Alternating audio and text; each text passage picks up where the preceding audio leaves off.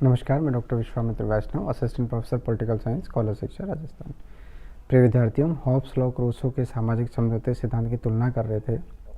उस तुलना को आगे बढ़ाते हुए अभी तक हमने देखा कि राज्य की स्थापना हो जाती है हॉब्स लॉक और रूसो के समझौते के कारण। अब वो समझौता क्यों होता है, यहाँ तक हम पहुँच गए थे। अब हम बात करते हैं कि जो सामाजिक अनुबंध या जो सोशल कॉन्ट्रैक्ट या जो सामाजिक समझौता होता है, उसका स्वरूप क्या है, उसका फॉर्म क्या है। तो देखिए, हॉब्स ये कहता है कि आत्मरक्षा और प्राण रक्षा के अतिरिक्त सभी अधिकार राज्य के पास है। यानी जब वो जो लोग जो वहाँ सामाजिक समझौता करते हैं, वो एक शर्त रखते हैं कि हमारी आत्मरक्षा और प्राण रक्षा के हमारे अधिकार जो हमारे पास रहेगा, इसके अतिरिक्त सारे अधिकार आपके हैं। आप निरंकुश हो, आपको राज्य चलाना है, आपको व्यवस्था करनी है। यह समझौता केवल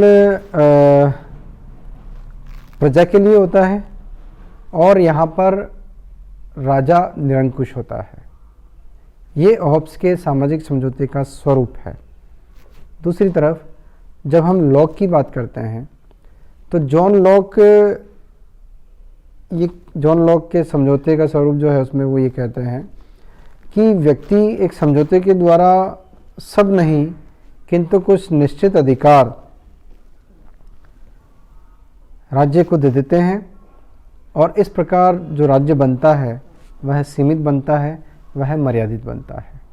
इस प्रकार जहाँ हॉब्स जो है निरंकुश राजा की बात करता है, वहाँ पर जॉन लॉक सीमित राजतंत्र की बात करते हैं।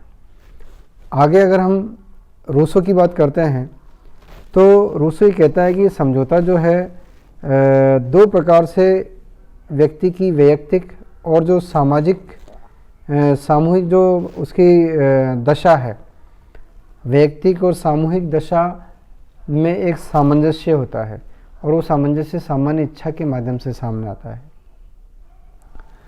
कि व्यक्ति जो है वैयक्तिक और सामूहिक दशा में समझौता करता है और उसके बाद एक सामान्य इच्छा का शासन स्थापित होता है और वह सामान्य इच्छा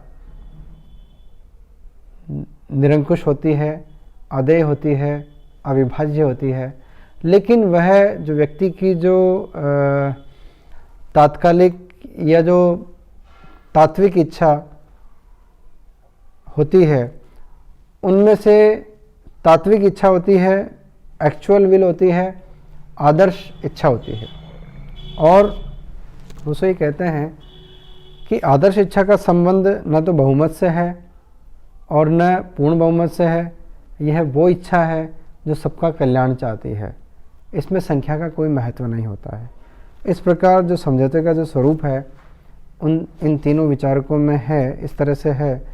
और जहाँ हॉब्स निरंकुशता की बात करता है, लॉक सीमित राजतंत्र की बात करता है, तो रूसो जो है सामान्य इच्छा के डायरेक्शन में एक लोकप्रिय संप्रभु की बात करता है।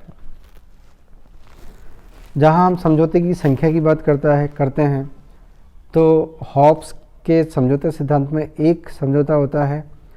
लॉक के सामाजिक समझौते में हमें दो समझौते महसूस होते हैं। ऐसा कहीं लिखा हुआ तो नहीं है, लॉक ने तो नहीं कहा है, लेकिन जो उसकी जो व्याख्या है, उस व्याख्या के आधार पर हम ये कह सकते हैं कि वहाँ पहले एक समाज का निर्माण होता है।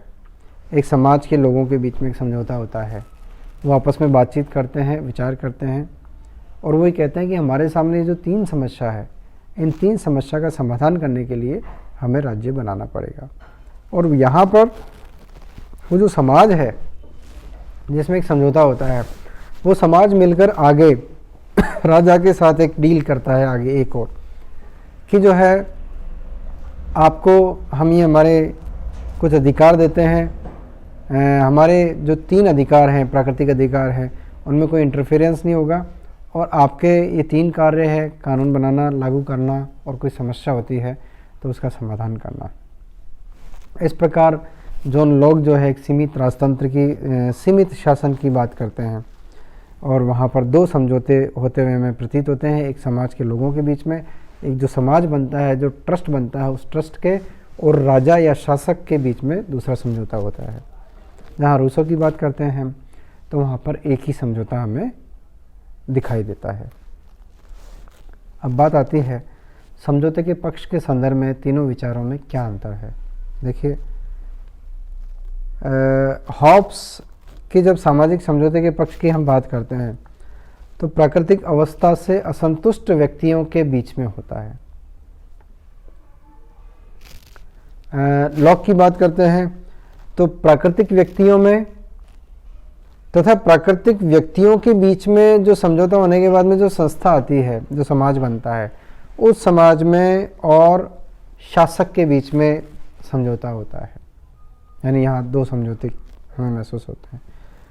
रूसो की जब हम बात करते हैं तो प्राकृतिक अवस्था से जो असंतुष्ट व्यक्ति होते हैं सभी, उन सब के बीच में एक समझौता होता है और सब अपने सारे अधिकार उस आदर्श इच्छा को सौंप देते हैं। तो ये समझौते के जो पक्ष है उस पर हमने इनकी तुलना की। अब हम बात करते हैं हॉब्स, लॉक, रूसो के जो समझौते के बाद जो शासक बनता है उसमें जो संप्रभुता जो मुख्य फैक्टर है कि संप्रभु कौन होता है, संप्रभुता के पास क्या अधिकार शक्तियाँ होते हैं, इस पर हम चर्चा करते हैं। देखिए, हॉब्स प्रभुसत्ता के बारे में क्या कहते हैं। देखिए, हॉब्स के अनुसार प्रभुसत्ता निरंकुश है, अमर्यादित है, असीम है, अविभाज्य है, कानून से ऊपर है और कानून, न्याय तथा संपत्ति सभी का स्रोत वह संप्रभु है। राज्य और चर्च के ऊपर भी वह उस संप्रभु शक्ति को मानता है। इस प्रकार जो है राजा निरंकुश है, लेकिन प्रजा को इसके विरुद्ध विद्रोह का अधिकार भी होता है। यदि राजा कोई ऐसा आदेश दे दे जिससे किसी भी व्यक्ति या जनता का अगर जीवन संकट में हो तो वहाँ पर वो उस राज्य की असीम सत्ता के विरुद्ध विद्रोह करने का अधिकार है, क्रांति का अधिकार है। क्योंकि हम जानते हैं कि राज्य का अस्तित्व आता क्यों है, मनुष्य के जीवन की सुरक्षा के लिए। यदि उसी के जीवन का कोई संकट राज्य के आदेश से होता है तो वह उस समझौते को मानने के लिए बाध्य नहीं है। यहाँ पर हॉब्स में एक व्यक्तिवाद की झलक मिलती है, यानी वो कितना ही निरंकुश होते हुए भी, राज्य को महत्व देते हुए भी, राज्य का अस्तित्व व्यक्ति की सुरक्षा के लिए आता है। ये हॉब्स के विचार से हमें प्राप्त होता है। जब हम जॉन लॉक की बात करते हैं कि प्रभुसत्ता के संदर्भ में जॉन लॉक क्या कहता है, तो वहाँ पर राज्य संप्रभुता संपन्न नहीं है। प्रत्येक व्यक्ति के कुछ अधिकार हैं जिनमें जीवन, संपत्ति और स्वतंत्रता के, ये तीन अधिकार प्रमुख है। और सरकार पर पूरा अंकुश है और सरकार जो है वह इन अधिकारों का उल्लंघन नहीं कर सकती, इन अधिकारों का हनन नहीं कर सकती और प्रजा इन अधिकारों की प्राप्ति के लिए विद्रोह या क्रांति कर सकता है। देखिए, आप जो बात हॉब्स अपने जीवन की सुरक्षा के लिए जो कार्य कर सकता है, वही जब लॉक का शासन होता है तो वहाँ पर अपने अधिकारों की सुरक्षा जनता क्रांति कर सकती है। लेकिन जब हम रूसो की बात करते हैं तो रूसो में बिल्कुल परिस्थितियाँ अलग है, क्योंकि रूसो पहले ये मान लेते हैं कि जिस सामान्य इच्छा का शासन होगा,